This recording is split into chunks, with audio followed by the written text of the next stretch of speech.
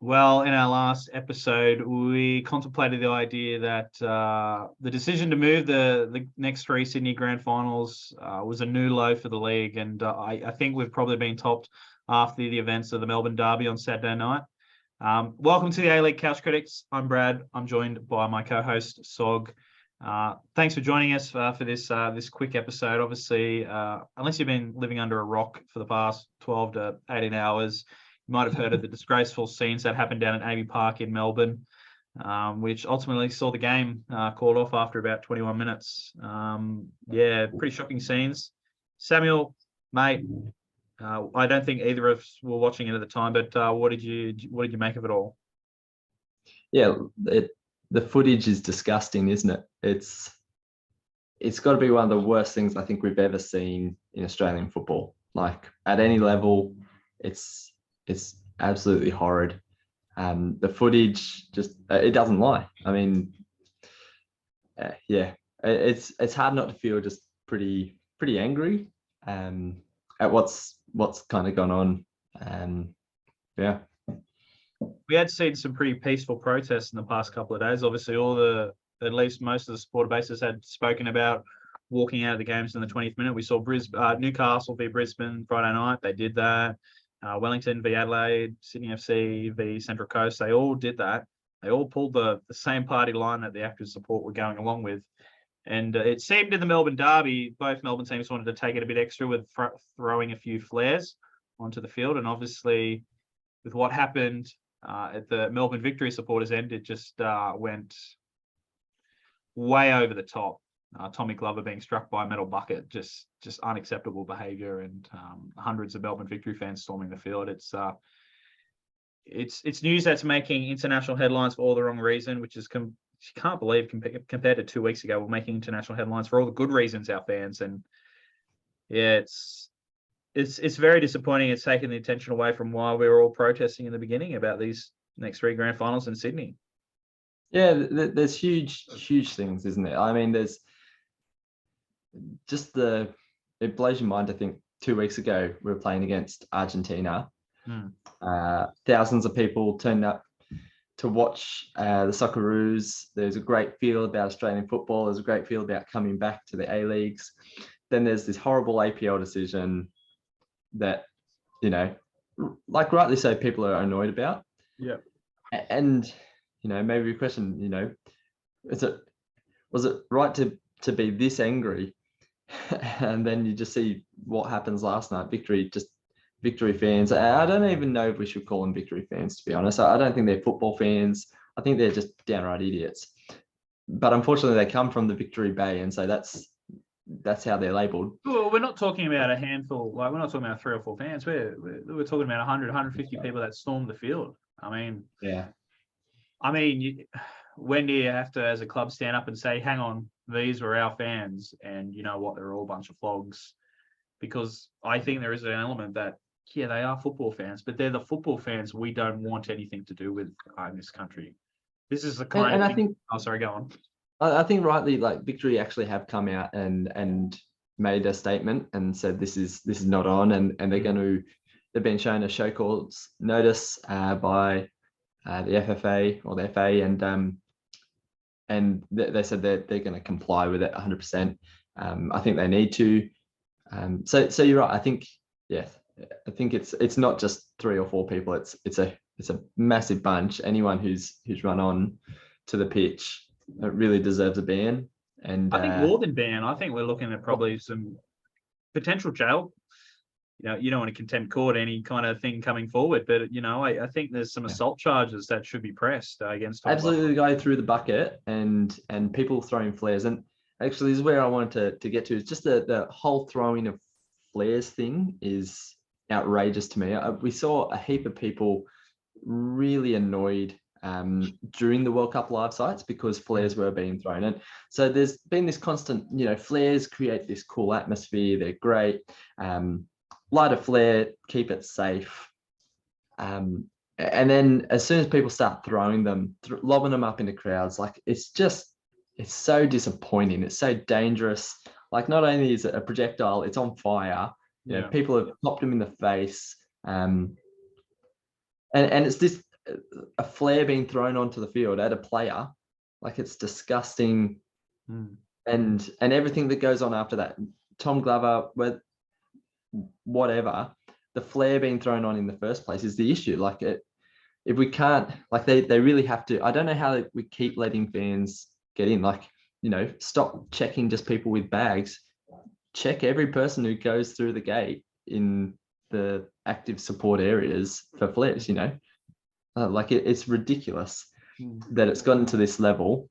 So I think that's just one big issue. There is the use of flares, the throwing of flares. We talked about, a couple of years ago when it became an issue, safe smoke, and they use it in the MLS. A lot of the supporter groups, it's controlled.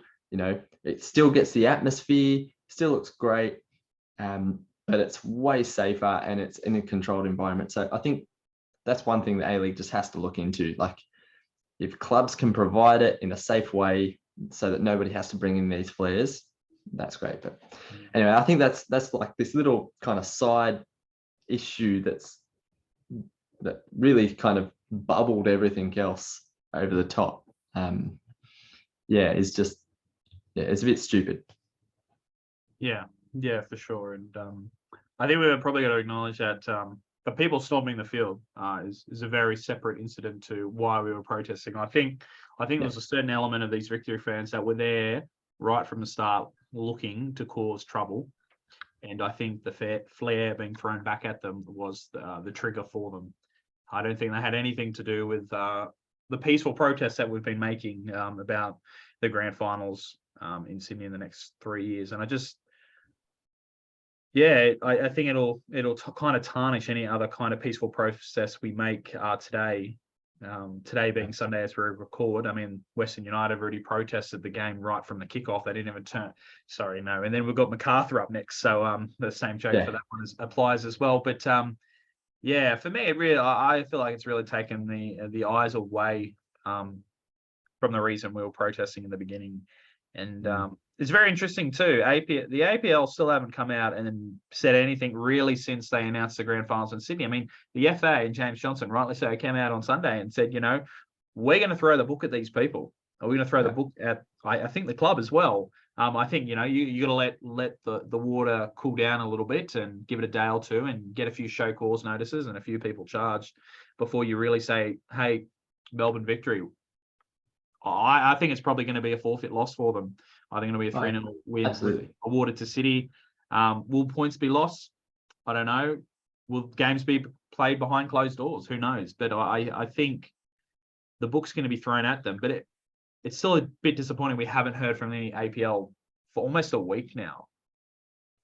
And it is wild. Like, even in just since the incidents happened, like they talked about that they send out a little release about the game being cancelled, and that's it.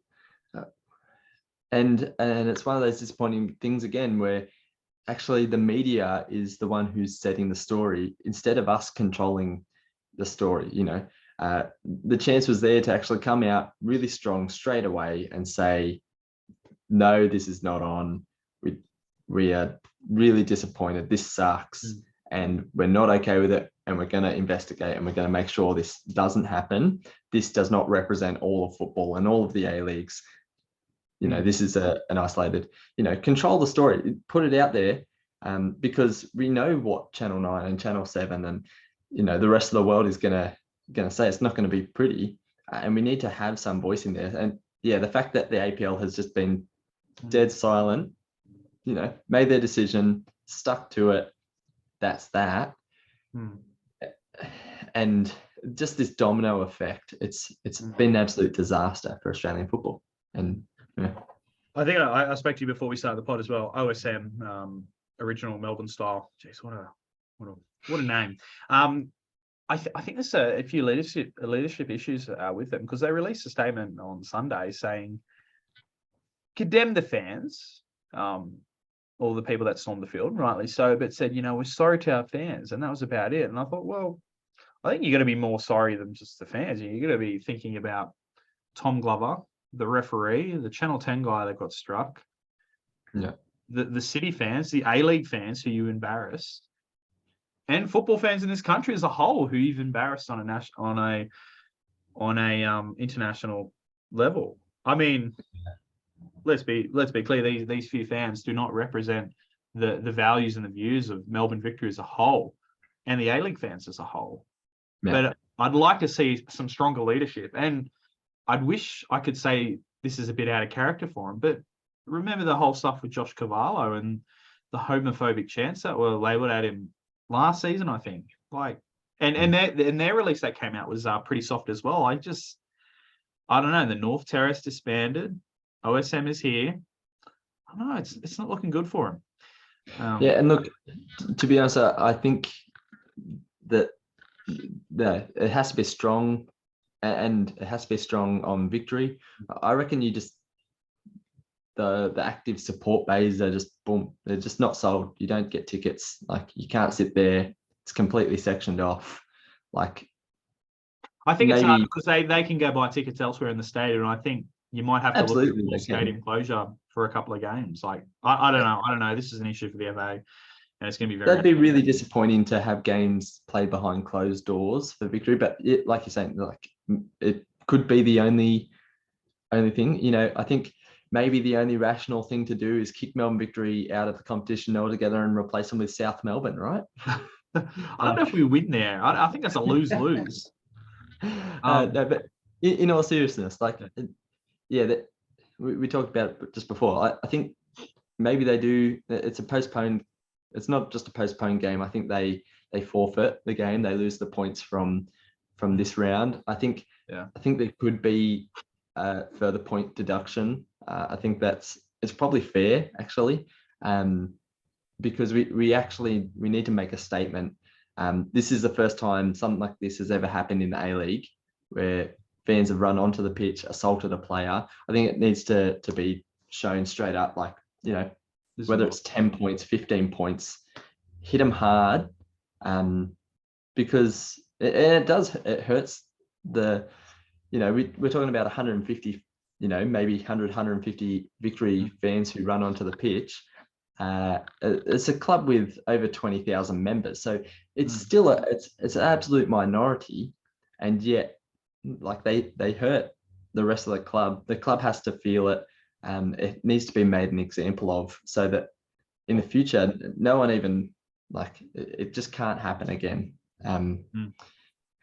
There's been lots of kind of comments floating around, you know, this is the death of Australian football. You know, the A-League's done. This is it. We won't recover from this. And, you know, there's a football game happening right now as we're speaking. Western are playing, and Macarthur later this afternoon. Football doesn't die in Australia. We're a cockroach, mate. That's right. Nuclear waste on us. You can't kill us. It's got a lot of history of people chopping off heads and legs, and football comes back. I don't think the A-League dies from this, but we'd hit this bottom a couple of years ago after some fantastic kind of football. We hit this bottom level, and it has been a real hard slog to get back. And I think 8 days ago, things were at one of the best levels the A-League possibly could have been at. And I think we just go right back down to the bottom. So I don't think it's dead, but I think there is a hell of a battle that has to go on to get things back. And I don't envy the jobs of the APL now. They've absolutely got a bucket of fire in their hands, and they've got to figure out what to do with it now. And it's just really disappointing. Like, at the end of the day, I think that's the big thing. Like, football in this country has just battled so much, and it's frustrating, so frustrating as fans of the game, just to see crap like this keep happening every couple of years. We just can't cut a break. And so we, again, like I said in our last video, we have to back football. We have to actually get out there and support it. We have to support it properly. You have to call out idiots. You have to stand up for our game and support the right way. It doesn't mean being, you know, a library like the NRL or, you know, the AFL and chanting, you know, crap. But we've got to find a way to support this game well. Like, it just can't keep happening.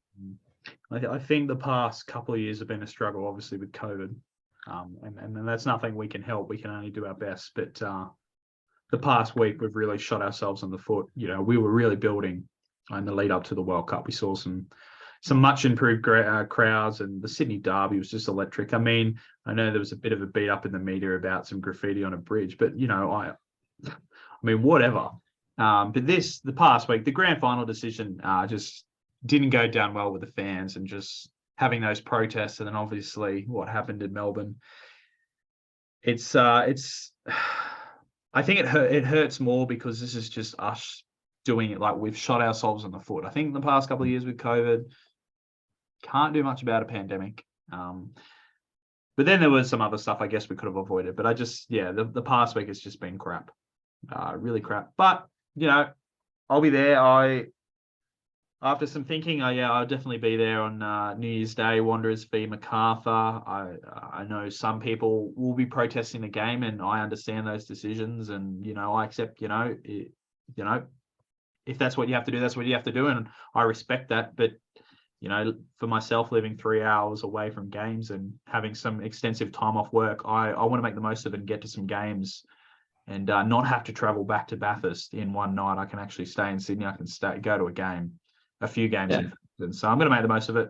But people protesting and walking out, I understand that too. And, I think this is the thing, like, let people do what they want. If somebody wants to continue supporting their team, let them do it. Just because you're angry with APL, and look, most of us are, but you don't know what other people are going through. You can't dictate to other people the way they've got to respond to this. And so, I think we need to support football, and you can let your message be heard in ways that isn't abusing people. I think the constant tagging of people on social media, abusing people on the internet, it's not it. You can say your disagreement without attacking people online. You can say your disagreement. Danny Townsend has his notifications turned off.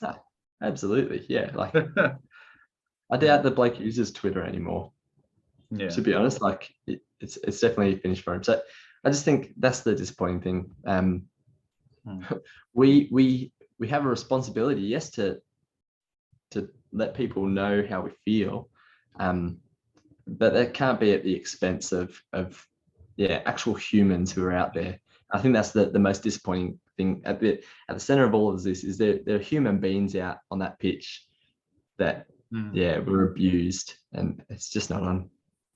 Yeah.